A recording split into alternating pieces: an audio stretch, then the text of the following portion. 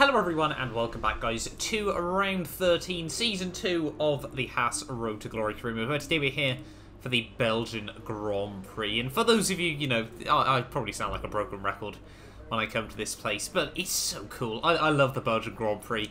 Everything about it, you know, the track, everything is just so brilliant here this weekend. I'm really excited for this race nonetheless. We have officially lapped Formula 1. This is the Belgian Grand Prix of F1 2020.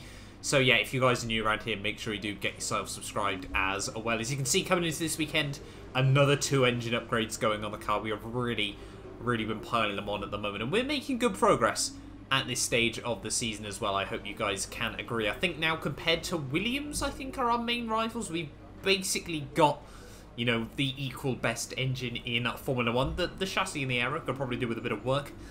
But, you know, we have built up such a machine at this point. You know, we are slowly but surely making our way, as you can see, having a look on the comparison there. The one failure, unfortunately, was on the chassis as well. But yeah, we've near enough got the same engine as Williams now. Hopefully we'll try and pile on a couple more upgrades this weekend as well before, obviously, next time out at the Temple of Speed, you know, the most important track for the engines as well. But yeah, making good progress at the moment. We're slowly but surely closing in. Mercedes is the next target in terms of raw performance as well. So hopefully this weekend we can claw in even more performance over those guys as well. But anyway then, let's jump on. It's time for the Belgian Grand Prix.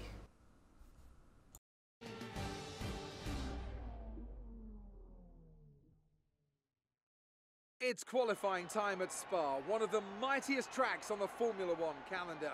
Long straights, up and downhill, Eau Rouge as well. This track isn't for the faint-hearted.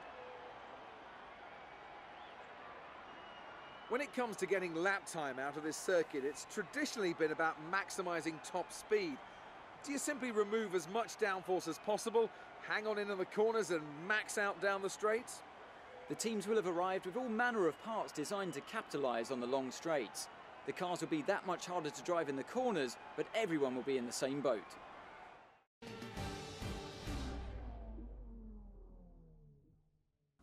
So here we are then, ready for the Belgian Grand Prix, and like we do every time, we will start this one here in qualifying. And well, this place is just so cool. Everything about this track is just absolutely phenomenal. You know, it's such a brilliant place. You know, Eau Rouge, poo on, everything like that. Eau Rouge Radion. Please don't put an it's Radion actually joke, please, I beg. In the comments down below. Blanchimont, is there a bad corner around this Belgian Grand Prix circuit? I genuinely don't think there is. Even chicanes that are normally quite dull are absolutely phenomenal around this place. As you can see, coming towards the end of my first lap, 1.6 off the Ferrari of Sebastian Vettel. They may not theoretically have the best car in Formula 1 at the moment, and I know I've hyped up Renault in recent weeks, but Ferrari over the last couple of rounds, they've been building up a dominant streak in Formula 1 as well. You know, they now lead both championships. Sebastian Vettel, all the years of hardship since 2013, potentially 7 years later, he could be set to make himself a 7-time world champion. But we are still, you know, we've got another half of this season near enough to go as well. Coming towards the end of my second Q1 run, you can see we're a good half a second up as we come through the final couple of corners. Then the delta gets a little bit skewed as we ran a bit deep in there. But you can see the end of Q1, and we did go through into Q2 there, P12 at the end of the first qualifying session. I can certainly take that one, and if I'm not mistaken as well, it would actually be a double Q2 showing for the HAAS team as well. So we are definitely making some progress at the moment. I can't remember, you know, probably quite recently, to be fair, we had our last Q2 showing. You know, it might have been, I think, back at France, maybe Silverstone. I can't quite remember off the top of my head. You know, it's certainly becoming more and more common again. It is, I wouldn't say a surprise if we got it in Q1, but it's certainly, yeah, becoming a bit more popular at the moment for our Q2 showings. But obviously having to do a double run in Q1 meant we only got one shot in Q3. Kind of, you know, I wouldn't quite call it shooting ourselves in the foot, but it just doesn't quite give us the ultimate chance that we need to really try and apply the pressure in Q2 as well. There's out of the final corner, you can see just running a little bit wide on the exit there, and it's a 1 minute 43.1 once again there. So we've got some good consistency on the 1 lap pace, and it's P11 at the end of Q2 there. Really, you know, actually quite a good place to be starting a Grand Prix here as well. They miss out on Q3 to Valtteri Bottas by just a couple of tenths of a second there, and, you know, really potentially we could have had our second Q3 showing of the season, obviously after Silverstone a few races back. But ahead of Lando Norris and George Russell, the 3 British drivers all together there, with Devon Butler and Lewis Hamilton as well a bit further up the road there. That Renault car is really really applying the performance there. But Ferrari this weekend looked to be absolutely formidable. They're half a second clear of anyone else at the end of Q2 though. You can see ahead of Devon Butler and Sergio Perez. They are really, really starting to build up a machine. But anyway, let's jump on then. It's time for the Belgian Grand Prix.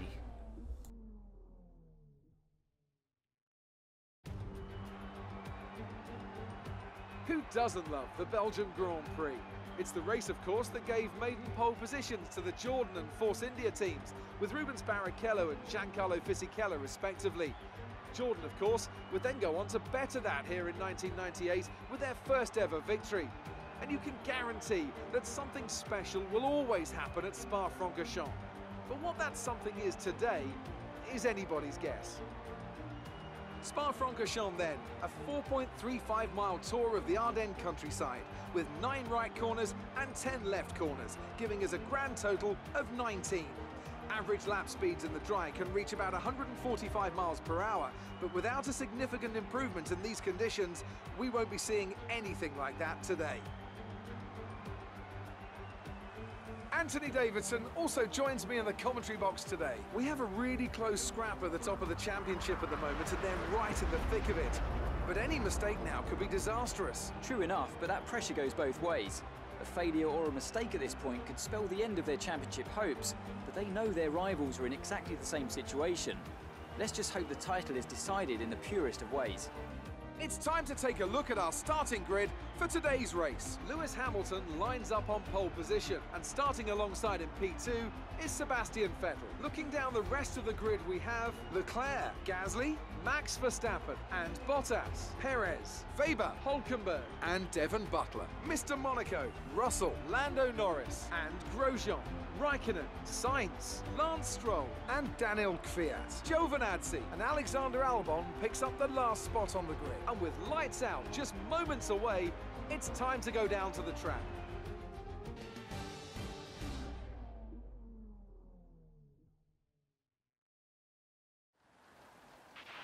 Okay, don't worry about making places into one, it's far too tight. Concentrate on a clean exit so you get good momentum down the Camel Straight. And this was not what I was expecting for the start of the Belgian Grand Prix race here. You can see heavy rain hit the circuit before the Grand Prix. It's going to be very, very wet throughout the opening half of this Grand Prix, but changeable conditions it is meant to dry out by the very end as well. I'm very, very excited for this race nonetheless. Here we are then on the grid, ready for the Belgian Grand Prix, starting P11. The 5 lights are coming on now, and it is lights out and away we finally get going there. A very, very long hold on the lights, and in the wet, can we get a bit of a better start than our dry? Not really. They can see both the Williams are going to try and apply the pressure as we head down in towards turn 1. They're locking at the front side. Didn't really consider going for a bit of a lunge on Hülkenberg and Butler, but we just want to try and get through the first couple of corners unscathed there, and you can see on the exit, that's what we've been able to do there. Nice run down the hill as we head in towards Eau Rouge and Rallion for the first time in this Grand Prix here. Is anyone going to come out unstuck there? Yes, they are! Weber, or Weber even, I should say, and Devon Butler. They're both the runners. I've been hyping them up in the last few Grand Prix. And well, let's have a look from Lucas Weber's POV. As you can see, coming down the hill there, Sergio Perez just gives him the squeeze, tries to turn in over the curbs, gets actually contact with Hülkenberg.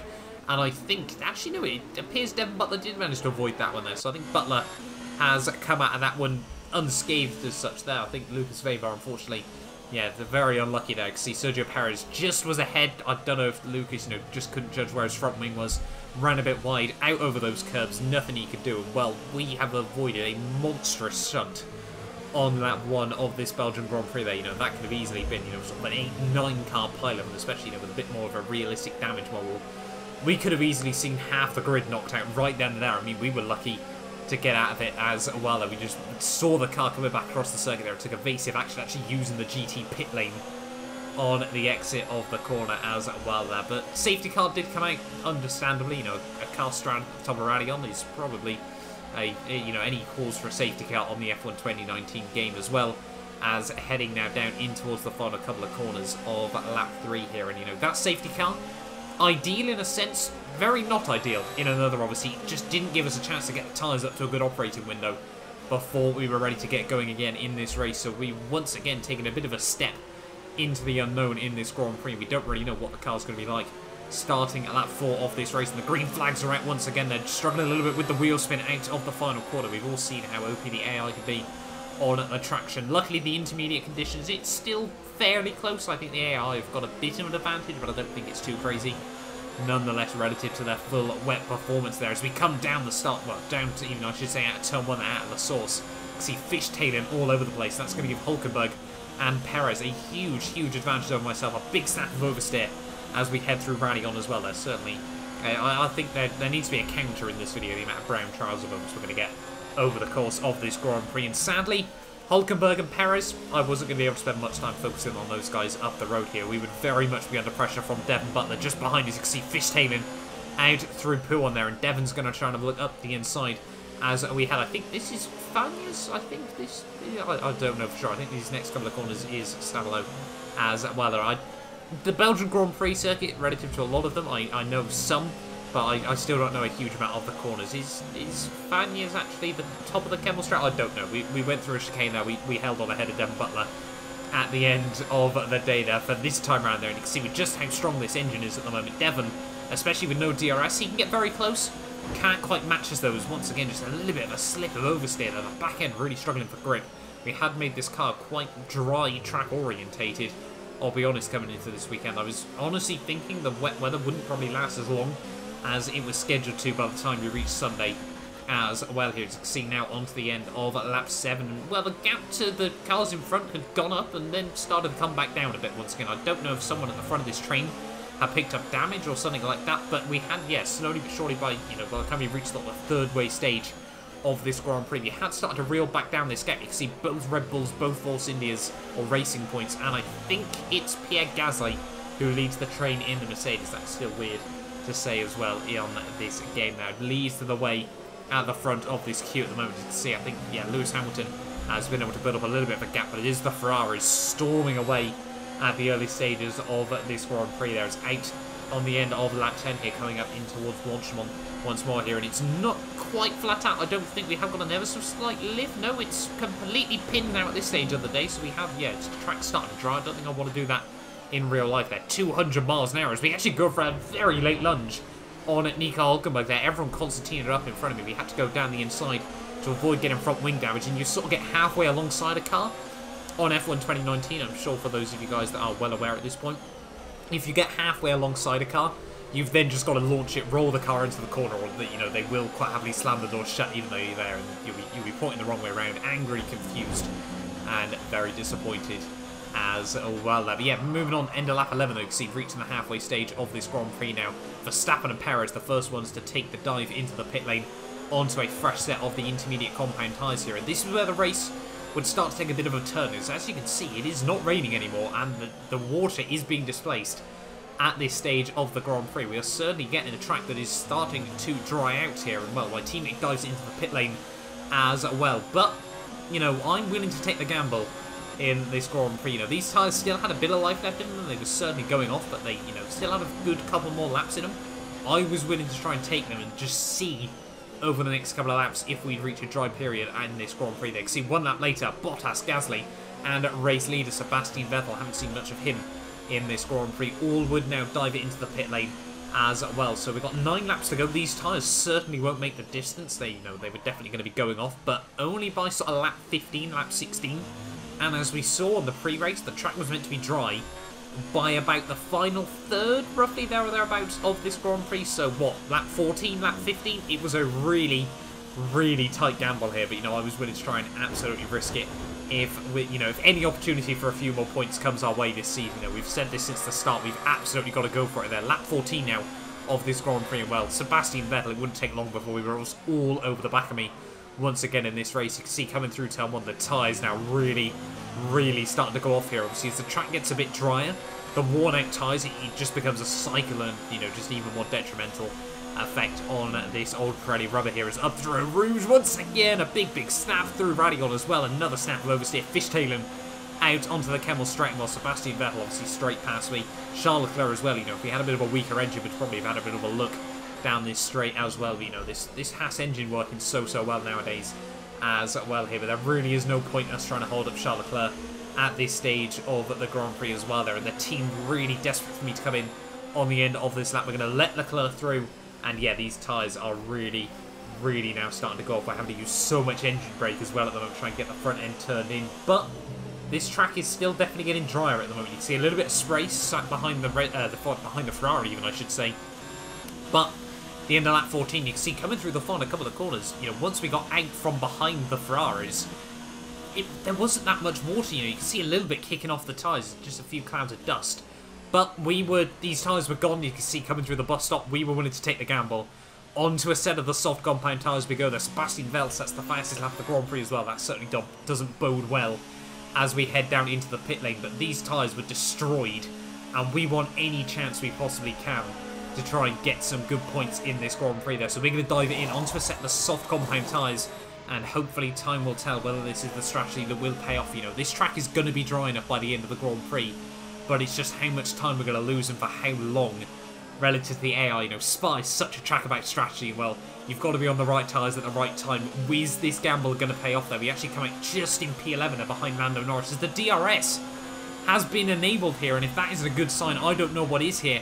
Coming up through our rouge there, just obviously the tyre is very, very cold at the moment. We have not quite been able to get the run there on Lando Norris. You can see coming down the back straightaway here, up the Kemmel Straight once more, and just how much time we're gaining on the Williams man. He is going to go defensive. There's still a little bit of spray being kicked up from the Williams. Is so slow in towards the chicane here. Is this working out? Does this strategy look like it's starting to pay off here? I think, in all honesty, we've probably come in about half a lap too early. You know, these couple of laps are going to be the deciding window in this Grand Prix here. Is now all over the back of Lando Norris, and he's got nothing in terms of defence here. And this Williams car, actually a fairly decent benchmark at the moment relative to ourselves. But look at the drive of the exit of the first part of Stavolo there as we come out towards Blanchimont once again. There we're straight past Lando Norris.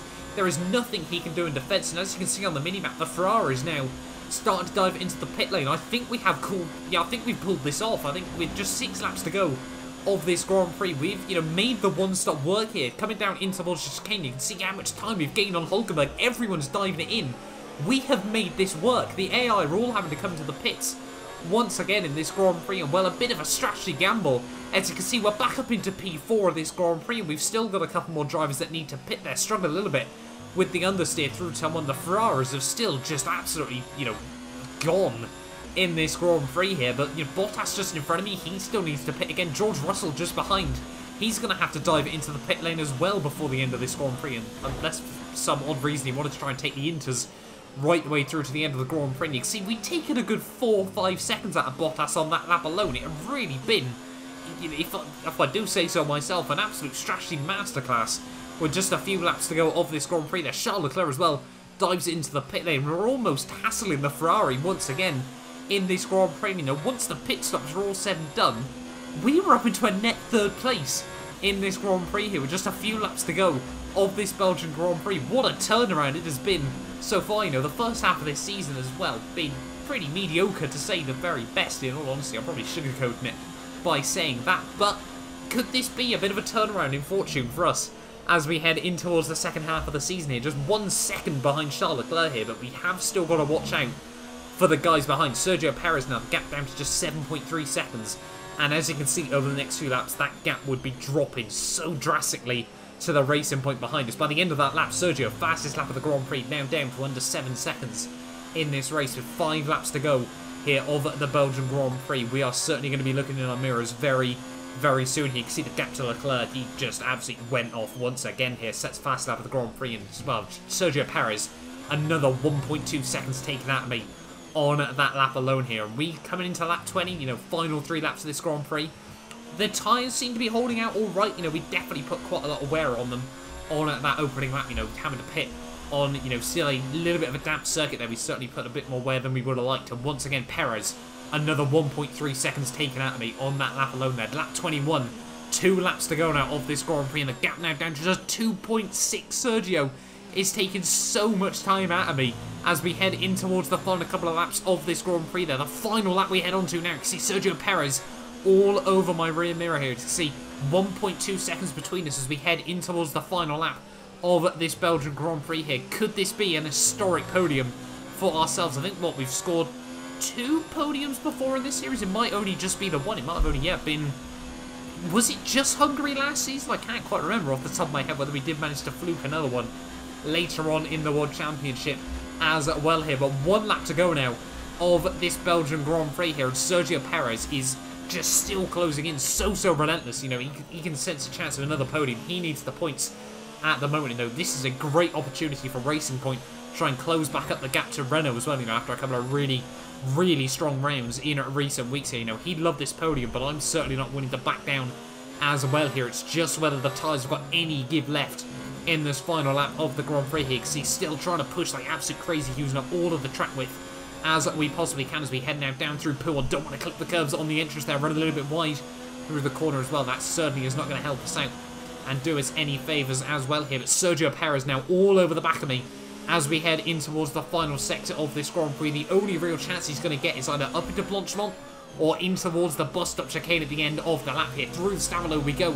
running deep through the corner there, and while Sergio Perez a quarter of a second behind us, is he going to be able to get the run up the back straightaway here? We're going to play defensive, force him to the outside here. We're going to be almost side by side as we head in towards Blanchemont there. Sergio can't get the nose round the outside. We slam the door shut on the exit of the corner here. I don't think he's going to try and go for a lunge there. Sebastian Vettel wins the Belgian Grand Prix, but through the final couple of corners we go.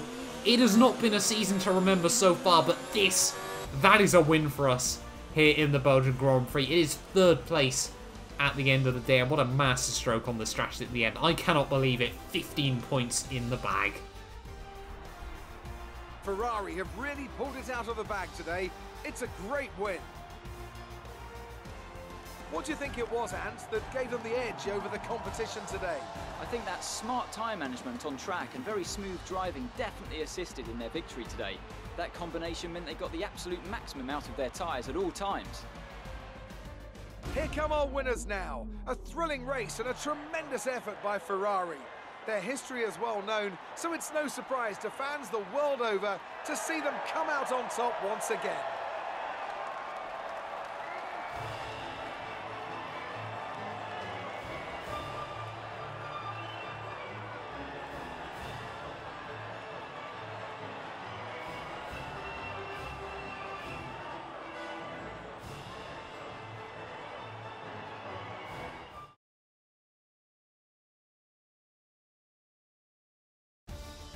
And now let's take a look at the driver's standings. Sebastian Vettel will be very happy with that result as he extends his championship lead. Some amazing talent out on the track today, but Anthony, who would you pick as your driver of the day? I have to give it to Mr. Monaco. There was a lot going on all down the field, but they were the only one who I really felt maximised their potential. Let's move on to the constructors. Ferrari continued to extend the gap at the top of the table. And with that, we wrap up another weekend of motorsport. But with more races lined up, be sure to join us when we come back with more Formula One. I can't believe that race at the end of the day. You know, that was one of those ones where usually when I finish a recording, you know, I'm sort of fairly relaxed. That one, very intense there. 0.4 of a second at the line between myself and Sergio Perez there. Sebastian Vettel, though, wins the race ahead of Charles Leclerc, and we finally are back on the podium here. Like I said, I'm not 100% sure whether we got 2 podiums last year. I obviously can remember Hungary where we won.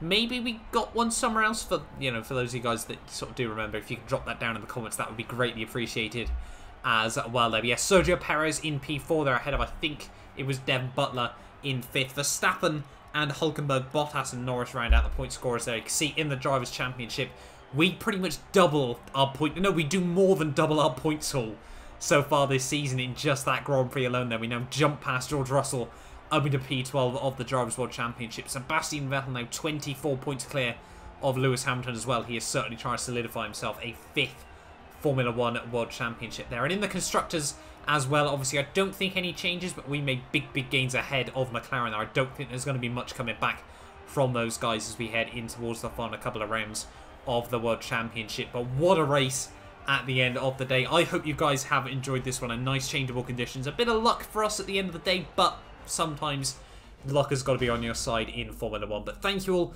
so much for watching this video. Get yourself subscribed if you're new around here, and hopefully I will see you guys next time for the Italian Grand Prix.